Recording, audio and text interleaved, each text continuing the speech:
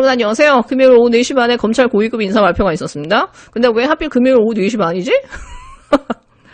기자들 마감 시간 아니에요. 예, 보니까는, 그럴만한 것 같아. 내가 볼 때는 박범계 장관이 묘수를 쓴 것 같은데? 예, 일단 이성윤 지검장이 서울 고검장으로 승진했습니다. 그리고 이정수, 남부지검장인가요? 그분이, 예, 서울중앙지검장으로 왔죠. 예, 대단합니다. 근데 이게 리스트를 쫙 보다가 이제 완전 빵 터져버린 게 끝부분이에요, 끝부분. 법무연수위원, 법무연수원, 법무연수원장, 조남관, 연구위원 구본선, 연구위원 강남일, 기획부장 윤대진. 예, 여러분, 법무연수원은 한동훈이 있었던 데 아닌가요? 한동훈이 연구위원으로 있었는데, 그러면 한동훈이랑 한패 되는 거야? 근데 보니까 한동훈, 맨 끝에 사법연수원, 부원장. 예, 한동훈을 이 법무연수원에서 쟤네들 5명 모이면 무슨 작당을 할지 모르잖아요. 그러니까 쟤를 갖다가 사법연수원에 오는 거야. 근데 여러분, 사법연수원은 변호사 시험이나 사법시험 합격한 사람들이 그 일산에서 훈련받잖아요. 교육받잖아. 거기에 부원장으로 오는 거야. 그러니까 사법연수원은 그 검찰 소관이 아니라, 예, 저기 판사 소관이잖아요. 사법부 소관이잖아. 조직에서 이성윤 때문에 왕따 나간다고 그렇게 난리를 치니까는 이게 사법연수원에 보내준 것 같아요. 그러니까 너무 많은 배려를 한 것 같은데? 이거, 예, 근데 정말 이게 빵 터진 건 진짜 이것들을 갖다가 다 연수원에 집어넣었다라는 거예요. 한마디로 검찰의 칼을 이제 뺏어버린 거죠. 근데 이 조남관이나 구본선이나 강남이나 윤대진 지금 한동훈만 혼자 지금 보복을 감당하겠다라고 지금 하고 있는데 뭐 한동훈이야 뭐 그런 거고 지금 이 넷다 지금 조용해요. 왜 조용할까요? 사실은 윤석열 라인이라고 하는 이 윤시범파들도 이번에 이렇게 자세히 보시면요. 승진 다 많이 했어요. 박찬호, 이두봉, 노정현, 이원석, 이완섭 다 승진했어요. 소위 말해서 이 윤석열 파들 아니에요. 윤석열 파들이 대거로 했는데 이 중에서 이 머리급들 진짜 이 언론 플레이의 대가들 양쪽을 오가면서 현란하게 언론 플레이하면서 법무부, 청와대 무력화시키는 애들 그 다음에 서울중앙지검장을 이렇게 괴롭힌 애들 소위 이런 애들이 갖다가 법무연수원에 딱 박아놓은 거예요. 사실은 주홍글씨를 딱 만들어준 거예요. 얘네는 진짜다. 얘네는 찐 윤석열파고 얘네는 찐 진짜 언론 플레이의 대가들이고 얘네는 검사가 아니다. 얘네들한테는 검사에 이걸 줄 수가 없다라고 하는 걸 딱 넷을 박아놓은 거예요. 나가라는 얘기지. 자, 이러고도 안 나가면 얘네 정말 자존심이 없는 애들이지. 제가 볼 땐 뭐 가면 구본선이나 강남일 같은 데 나갈 것 같은데? 네, 나가나 안 나가나 보자고요. 최소한 이 사람들은 제가 볼 때는 박범계 장관이나 용서가 안 되는 거죠. 지금 이렇게 보면. 너무 야비하게 언론 플레이를 했으니까. 예, 근데 이 검찰 인사 발표가 나자마자 네이버는 이제 불이 났습니다. 친정부 성향 검 간부들 줄줄이 영전, 윤라인 배제. 피고인 이성윤 고검장 승진은 이해충돌, 검찰 압박 반발.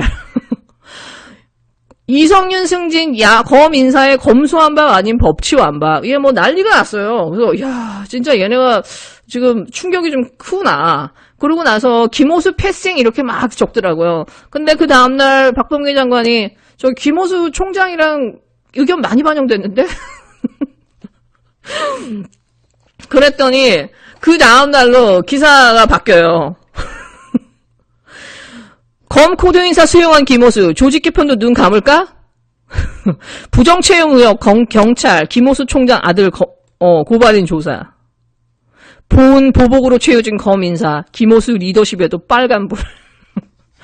네, 이제 김호수 이제 조사하기 시작하고 이제 김호수 이제 받기 시작합니다 언론들이. 어쨌든 이번 인사에서는 박범계 장관은 확실하게 이 메시지를 준 거예요.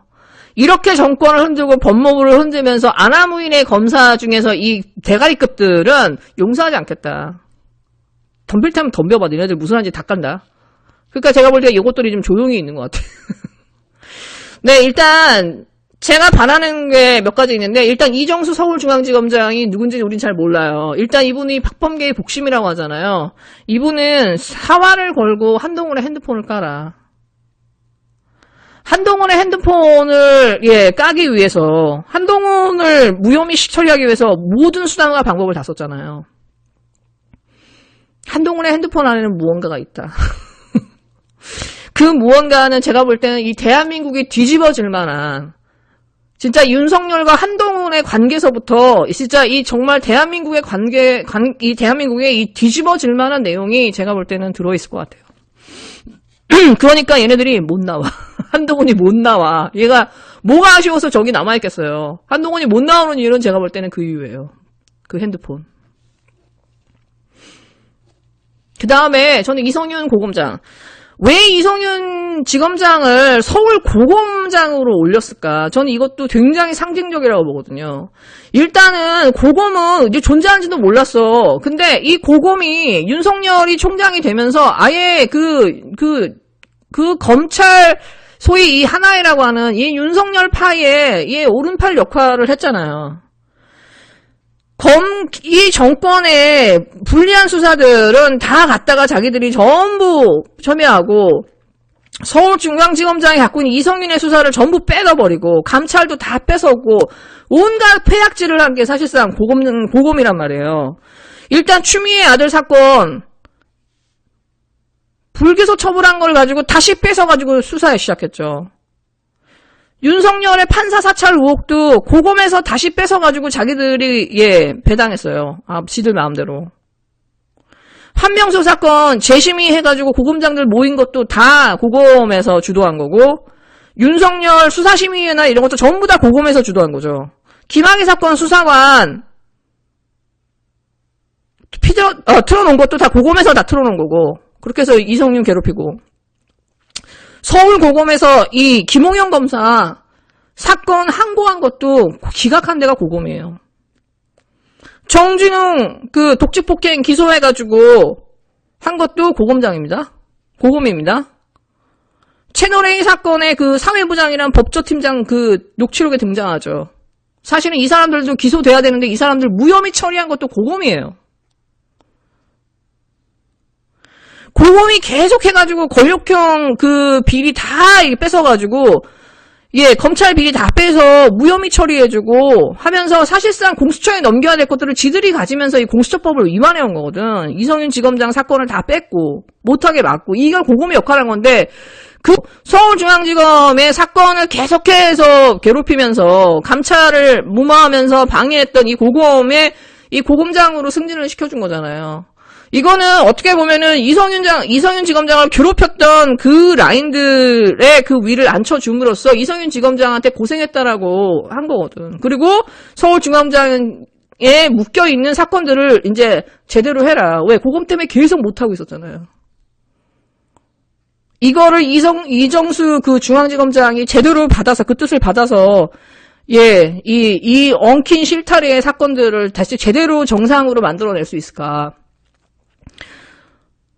이게 전 관건이라고 봐요. 이 김호수, 이성윤, 이정수, 이 세 사람의 이 하모니. 이렇게 해서 이 사람들이 지금 이 윤석열과 윤석열 파들로 얽혀져 있는 이 검찰, 이 땅에 떨어진 이 검찰의 이 권위를 제대로 바꿀 수 있을까.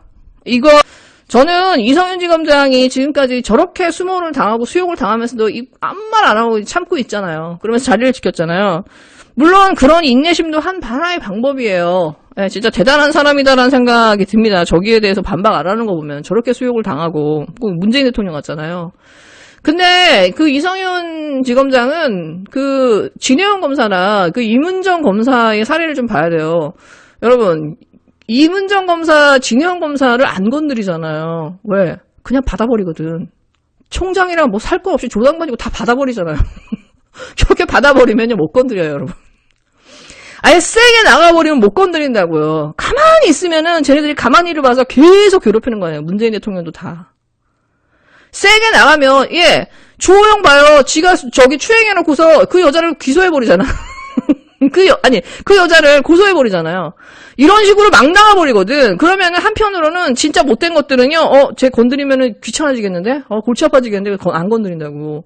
그러니까 이성윤 지검장도 약간 그 이문정 검사나 진해영 검사처럼 좀, 자기를 이렇게 괴롭히고 한동훈 막 이런 애들한테 그냥 받아버리는, 윤석열한테 차라리 받아버렸으면은, 조남관한테도 좀 낫지 않았을까 생각이 들어요. 저렇게 괴롭힘을 당하고 참는 것만이 능사였을까. 가족들 다 이렇게 괴로워하면서. 일단은 고검장에 승진했으니까 네, 좀 제대로 예, 그간 못 푼 한을 좀 예, 수사를 푸셨으면 좋겠네요. 예, 김우겸 의원이 이번 인사를 가지고 뭐라고 했냐. 검찰이 이번 인사로 어느 정도 안정을 찾은 것으로 보인다. 하지만 윤석열 전 검찰총장은 이제 본격적으로 한강다리를 건너올 태세다. 군복 대신 양복을 입었다. 탱크를 앞세우진 않았지만 조선일보를 중심으로 한 족벌 언론들이 앞길을 깔아주고 있다. 총칼의 번뜩임이 보이지 않는 은폐된 쿠데타다. 탱크의 굉음이 들리지 않는 조용한 쿠데타다. 이제는 깨어있는 시민들이 나서서 바리케이트를 칠 때다. 진짜 이제 국민들이 나서서 화염병을 들고 싸워야 되는 이제 그런 시대로 가고 있는 것 같아요. 대통령 한 분을 죽음으로 내몰고 자기들이 그렇게 신으로 받들던 2명의 대통령을 감옥에 보내고 자기를 그렇게 영전시켜준 대통령을 탄핵시키지 못해서 안달하다가 막상 본인이 나와서 대통령이 되겠다라고 하는 지금 이 상황, 민주주의가 유린되고 검찰권이 땅에 떨어지고 대한민국의 사법체계가 완전히 무너진 이 언론과 이 검찰의 이 소리 없는 쿠데타, 이 쿠데타를 이 사회가 과연 용인할 수 있는가? 저는 이 부분에 대해서 정말 우리 국민들은 한번 깊이 생각해 봐야 된다. 조국 장관의 책이 지금 20만 부 넘었다고 하잖아요. 박시영 부대표가 그 얘기했어요. 조국 장관의 이 조국의 시간이 이미 대선판을 지금 들어왔다. 조국 장관의 책이 만약에 정말 들풀처럼 번져서 20대, 30대들이 읽고 지금 조국의 당한 현실이 그게 아니었구나라는 거를 만약에 깨닫게 됐을 때 진짜 이번 대선판은 조국으로 인해서 달라질 수 있다라고 했잖아요. 저는 그 말에 동의합니다. 왜냐하면 지금 이 언론으로 인해서 이런 프레임에 의해서 그 민주당이 아무것도 대응을 하지 않고 청와대도 대응을 하지 않다 보니까 무슨 일이 발생했냐. 저알못이면서 약간 보수적인 성향을 갖고 있는, 소위 말해서 중도층에서도 보수적 성향을 갖고 있는 사람들은 거의 지금 다 태극기가 돼버렸어요. 그 사람들과 동조해. 뭔지도 모르지만 다 동조하는 상황이 됐어요. 대통령에 대해서도 조국에 대해서 그 어떤 누구에 대해서도 다 태극기화 돼버렸어요. 그 사람들은 그걸 의도하지 않았음에도 불구하고. 지금 이 엉킨 실타래들은 사실은 저들이 저렇게 준동을 할 때 싸우지 않고 그대로 내버려 뒀기 때문에 여기까지 와버린 거거든요. 그래서 깡패들이 지배하는 사회가 된 거거든요. 지금 여기 어떻게 보면 조국의 시간 그 책 한 권이 그 엄청난 파장을 일으키고 있는 거예요. 만약에 조국의 시간에 20만이 아니라 100만이 읽고 200만이 읽는다고 생각해보세요. 이런 현실은 일어날 수 없는 거였거든요. 근데 여기에 민주당이 그 프레임 안에 갇혀갖고 조국의 시간을 또 사과를 합니다. 그러니 사람들이 답을 못 찾고 있는 거죠. 지금 이 지지자들이 해야 될 일은요. 민주당에 달려가서 당장 조국에 대해서 사과라고 해야 되고요. 지금 정말 대선을 이기고 싶은 생각이 있냐. 정말 니네가 대선을 이기고 생각이 있다고 하면은 지금 빨리 이 검찰과 언론인 쳐놓은 이 프레임에서 벗어나라. 그렇게 해서 중도층의 이 가려진 눈을 밝혀라. 이 중도층의 눈을 밝히지 않고서는요. 저희가 볼 때는 방법이 없어요. 이 중도층의 이 진실의 문을 열지 않고서는요. 이걸 밝혀낼 방법이 없어요. 제가 볼 때 대선은 져요. 우리가 무슨 수를 써도. 저는 여기에 이 정부도 민주당도 너무 무기력하게 대응하면서 이 프레임에 빨려가는 게 진짜 너무 안타깝다 못해 화가 납니다. 여러분 조국의 시간 많이 주문하셔서 주변 사람들 많이 나눠주세요. 정말 많은 사람들이 읽어야 되고 알아야 될 진실이에요. 그리고 앞으로 조국의 시간이나 조국을 비난하는 민주당 의원들이 있으면요. 정말 가만두면 안 될 것 같아요. 네, 여러분 즐거운 하루 되세요.